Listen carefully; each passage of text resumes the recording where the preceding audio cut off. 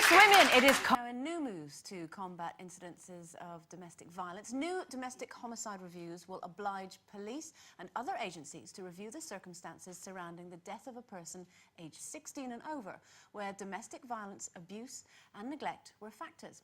Now, together with the police, health services, local authorities, probation teams, voluntary groups and any other bodies connected to a victim will now have to work together to pinpoint exactly what went wrong and consider how to spot the signs when someone's life is in danger.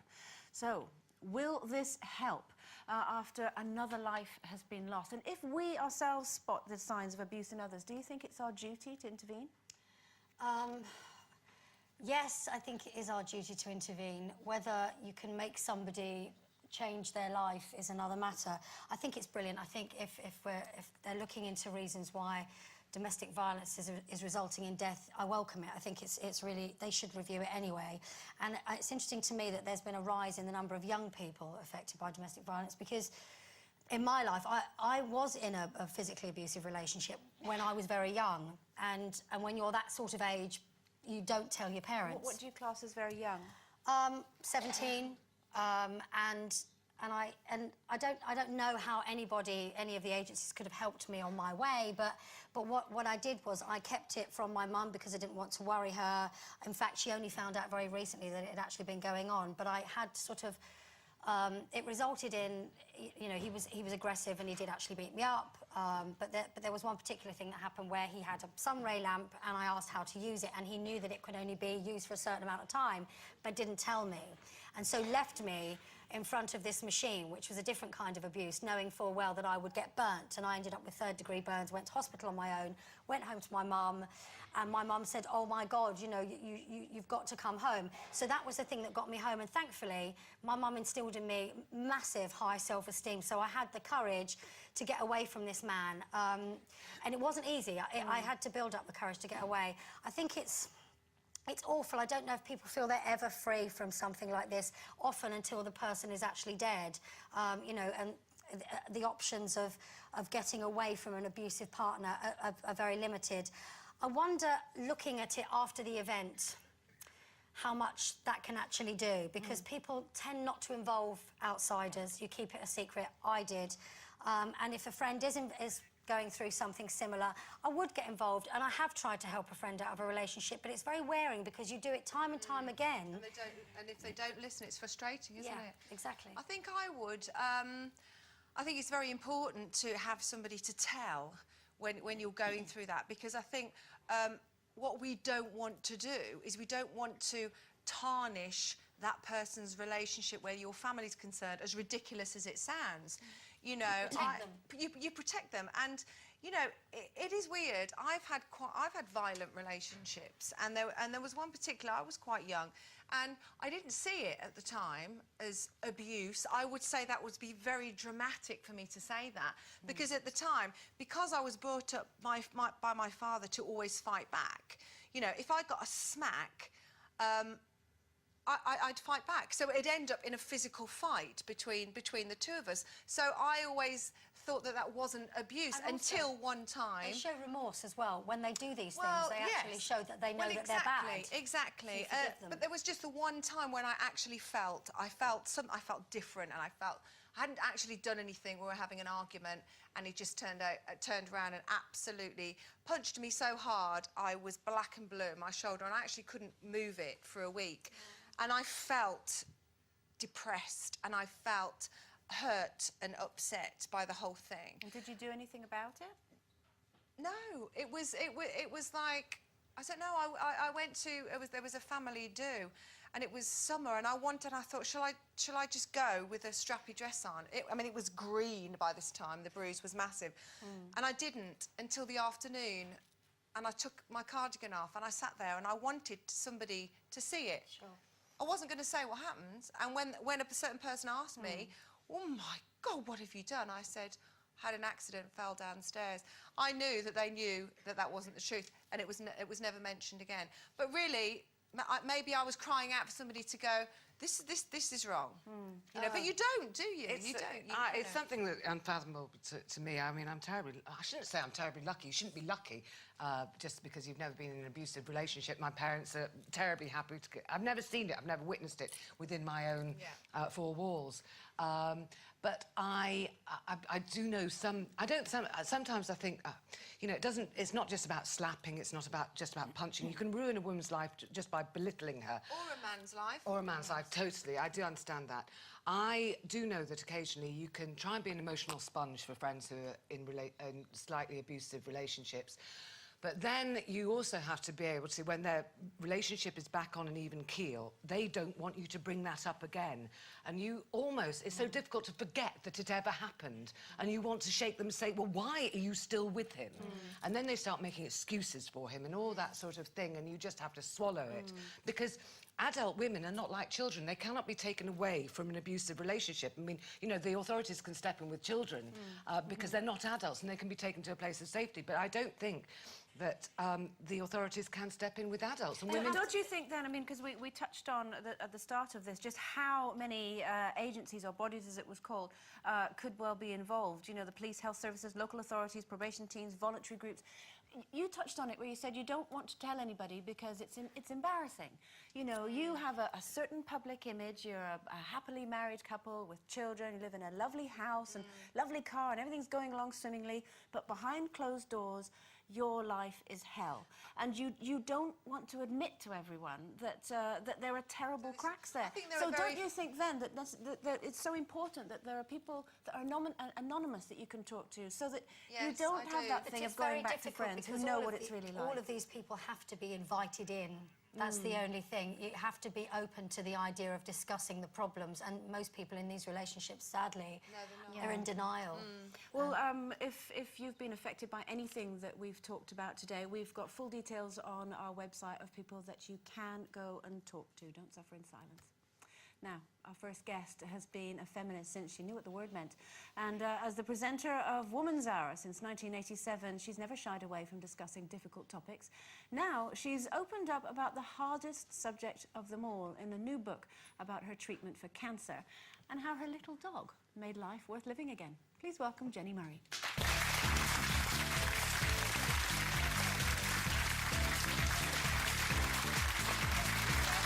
I will watch myself. Wait. Wow, nice to meet you. Hello, hello.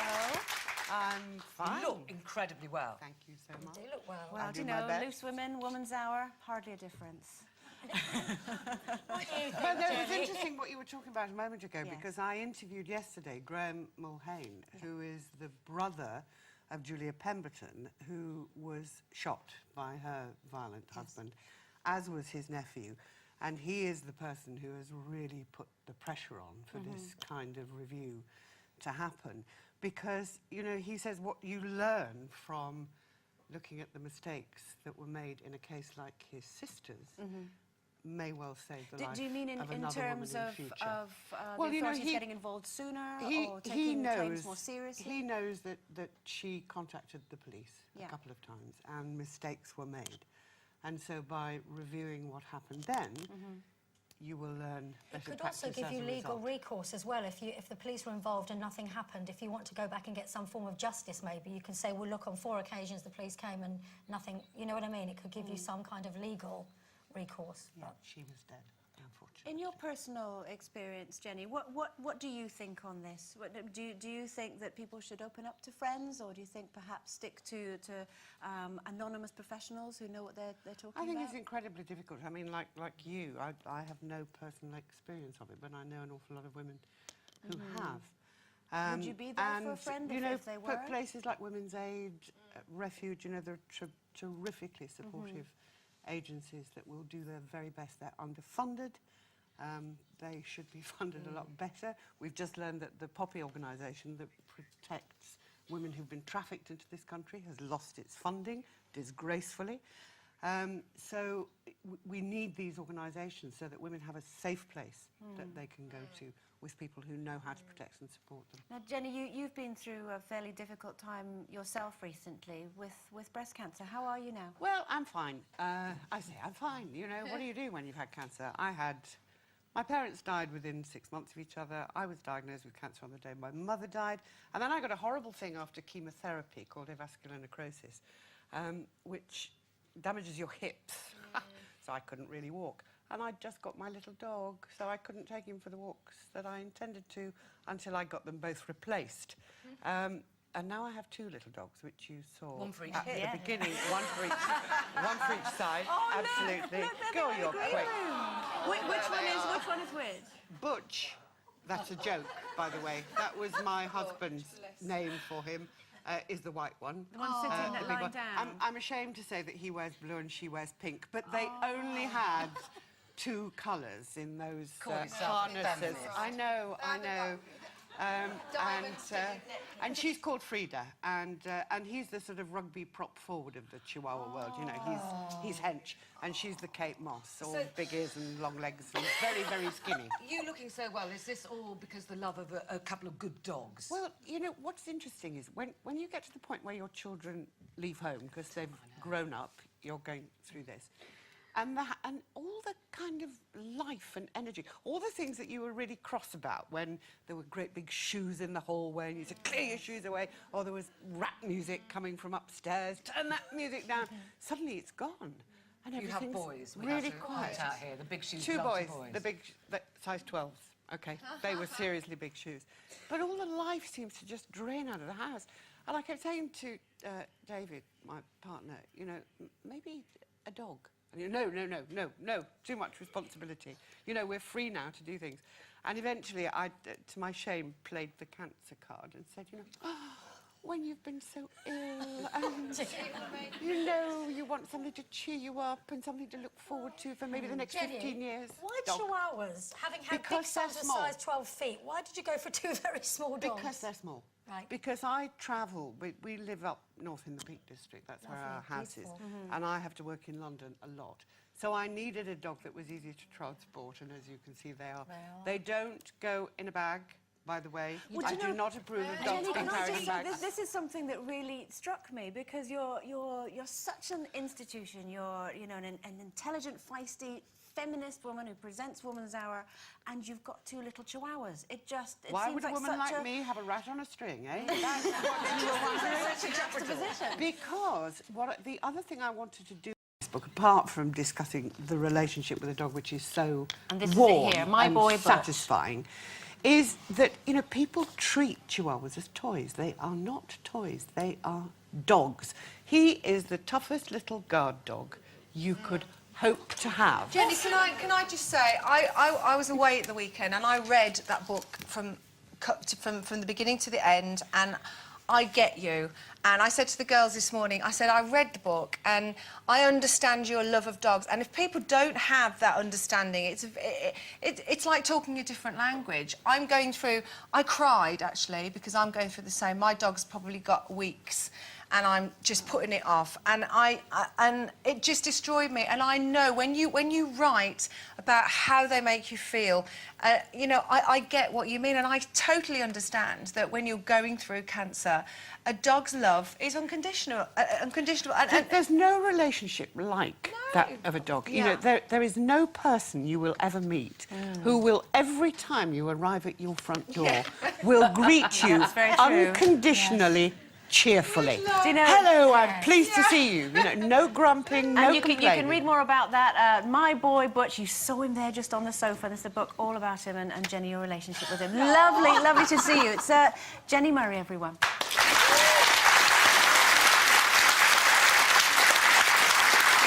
Okay, it's a great time, but when we come back, which of us is proud to wear our Scrooge head, as in we're being penny pinchers, as early as spring? Back soon.